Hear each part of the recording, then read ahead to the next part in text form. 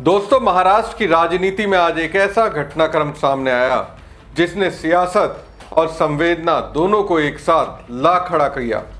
क्या राजनीति में भी रिश्तों और सम्मान की जंगें बची है? क्या विरोधी दल भी कभी एक मंच पर आ सकते हैं सिर्फ एक नाम के सम्मान के लिए? बारामती की लड़ाई जो चुनावी रण बनने वाली थी, वो कैसे बन गई एक तरफा जीत की कहानी? शरद पवार के एक सुझाव पर राहुल गांधी की कांग्रेस ने कैसे हामी भर दी? सुप्रिया सुले की भावुक अपील में ऐसा क्या था कि कांग्रेस ने अपने कदम पीछे खींच लिए? और सबसे बड़ा सवाल, क्या अजीत पवार के नाम पर महाराष्ट्र की राजनीति में एक नई लाइन खिंच गई है? आखिर क्यों मुख्यमंत्री देवेंद्र फडणवीस को भी फोन करना पड़ा और कैसे पवार फैमिली ने विरोधियों को एक साथ लाकर खड़ा कर दिया? आज के सबसे बड़े सियासी विश्लेषण में समझेंगे बारामती के निर्विरोध चुनाव के पीछे की पूरी कहानी। नमस्कार दोस्तों, मैं हूं परवीन सानी। दोस्तों, अजीत पवार अब इस दुनिया में नहीं है, लेकिन महाराष्ट्र की राजनीति में वो अभी भी जिंदा है। कांग्रेस की ओर से एक फैसला लिया गया और उस फैसले के केंद्र में अजीत पवार थे।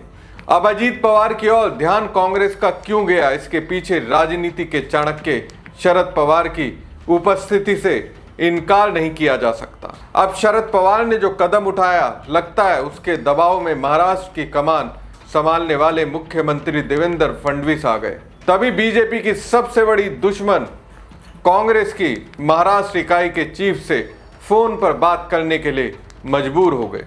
दोस्तों, महाराष्ट्र की बारामती विधानसभा सीट से स्वर्गीय पूर्व उप मुख्यमंत्री अजीत पवार की पत्नी सुनेत्रा पवार का विधायक बनना अब लगभग तय हो गया है। इस सीट पर हो रहे उपचुनाव में सुनेत्रा पवार के अलावा कोई दूसरा उम्मीदवार नहीं बचा है, जिससे उनका चुनाव निर्विरोध जीतना तय हो गया है। कांग्रेस ने चुनाव के आखिरी वक्त में एक चौंकाने वाला फैसला लिया। चौंकाने वाला फैसला ये था, जिस सुनेत्रा पवार को बारामती विधानसभा सीट पर वो वॉक ओवर देने के मूड में नहीं थी, वहां से अपने उम्मीदवार को मैदान खाली करने का आदेश दे दिया। दोस्तों, कांग्रेस पार्टी ने इस सीट पर आकाश मोरे को अपना उम्मीदवार बनाया था, लेकिन नामांकन पत्र वापस लेने की आखिरी तारीख से सिर्फ 1 घंटे पहले आकाश मोरे ने अपना नामांकन वापस ले लिया। इसके साथ ही बारामती सीट पर सुनेत्रा पवार अकेली उम्मीदवार बच गई। दोस्तों, इसका ऐलान महाराष्ट्र प्रभारी रमेश ने किया। यहां कांग्रेस ने आकाश मोरे को टिकट दिया था। ये सीट अजीत पवार के निधन के बाद खाली हुई थी और यहां से उनकी पत्नी और मौजूदा डिप्टी सीएम सुनेत्रा पवार मैदान में है।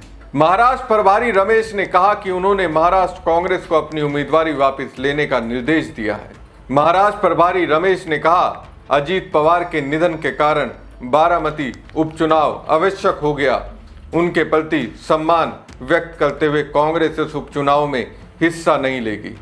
कांग्रेस के आकाश मोरे ने 23 अप्रैल को होने वाले उपचुनाव के लिए नामांकन दाखिल किया था। अब दोस्तों, सवाल यहाँ यही है कि मतदान के ठीक 1 घंटे पहले कांग्रेस का हृदय परिवर्तन सुनेत्रा पवार के लिए क्या खुद से हुआ या फिर इसमें शरद पवार और उनकी फैमिली का हाथ है?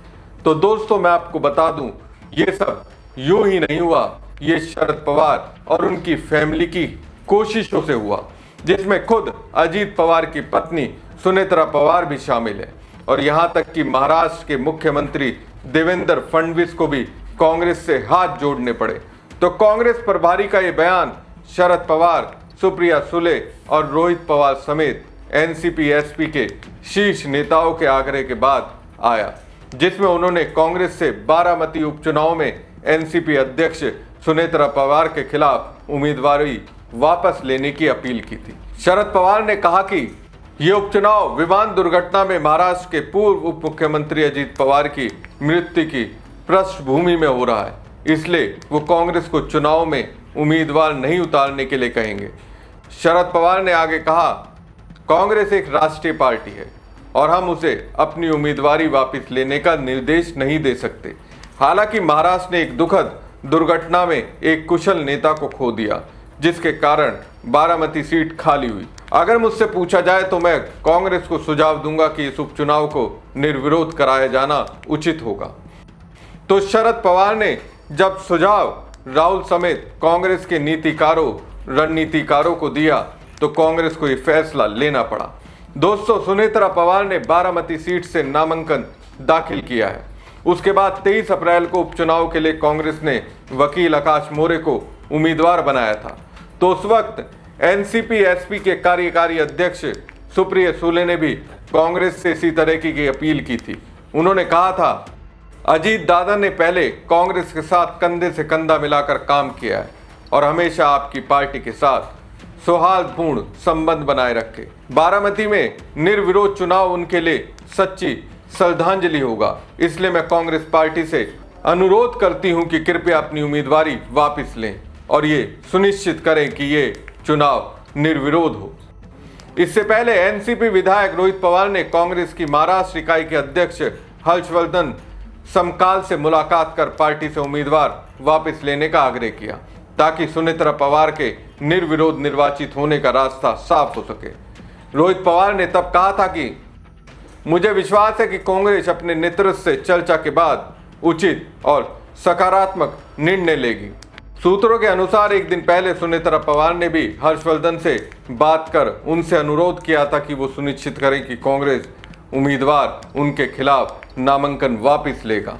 तब उनसे कांग्रेस ने कहा था कि वो चुनाव से तभी हटेगी जब जनवरी में हुई विमान दुर्घटना में उप मुख्यमंत्री अजीत पवार की मौत के मामले में महाराष्ट्र में मामला दर्ज किया जाएगा।